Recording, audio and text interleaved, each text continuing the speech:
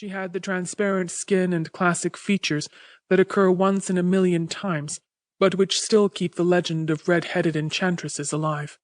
"Shh," she said. He began to struggle against her hand, but she shook her head gently.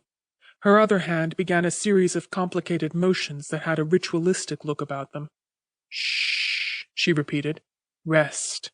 Relax and sleep, Dave Hansen, and remember when you were alive." There was a sharp sound from the doctor, but it began to blur out before Hansen could understand it. He fought to remember what he'd heard the nurse say. Something about when he was alive, as if he'd been dead a long time. He couldn't hold the thought.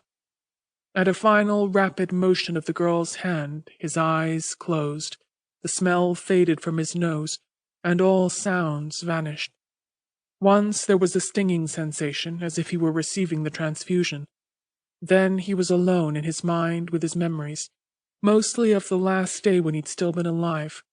He seemed to be reliving the events, rethinking the thoughts he'd had then. It began with the sight of his uncle's face leering at him. Uncle David Arnold Hansen looked like every man's dream of himself and every woman's dreams of manliness. But at the moment, to Dave, he looked more like a personal demon.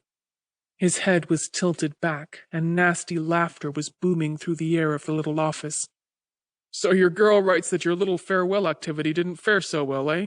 he chortled. "And you come crawling here to tell me you want to do the honorable thing, is that it?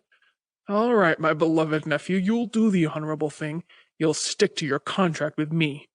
"But," Dave began. "But if you don't, you'd better read it again. You don't get 1 cent except on completion of your year with me. That's what it says, and that's what happens." He paused, letting the fact that he meant it sink in. He was enjoying the whole business and in no hurry to end it. "And I happen to know, Dave, that you don't even have fare to Saskatchewan left. You quit, and I'll see you never get another job. I promised my sister I'd make a man of you, and by jumping Jupiter I intend to do just that. And in my book, that doesn't mean you run back with your tail between your legs just because some silly young girl pulls that old chestnut on you. Why, when I was your age, I already had—" Dave wasn't listening any longer. In futile anger, he'd swung out of the office and gone stumbling back toward the computer building. Then, in a further burst of anger, he swung off the trail. To hell with his work and blast his uncle. He'd go on into town and he'd do whatever he pleased. The worst part of it was that Uncle David could make good on his threat of seeing that Dave got no more work anywhere. David Arnold Hansen was a power to reckon with. No other man on earth could have persuaded anyone to let him try his scheme of building a great deflection wall across northern Canada to change the weather patterns.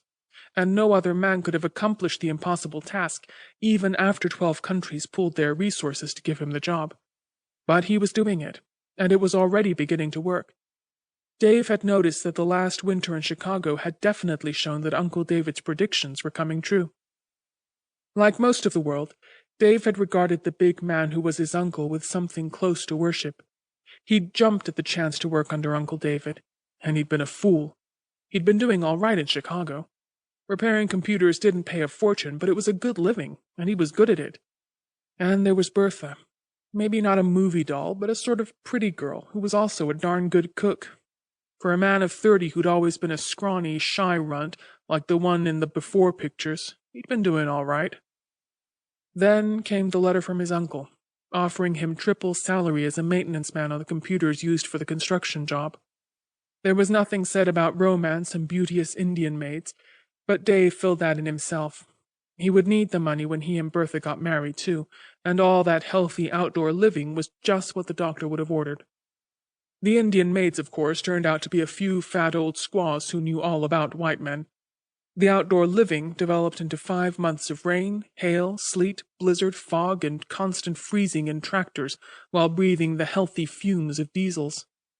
Uncle David turned out to be a construction genius, all right, but his interest in Dave seemed to lie in the fact that he was tired of being Simon Legree to strangers and wanted to take it out on one of his own family. And the easy job turned into hell when the regular computer man couldn't take any more and quit, leaving Dave to do everything, including making the field test to gain the needed data. Now Bertha was writing frantic letters, telling him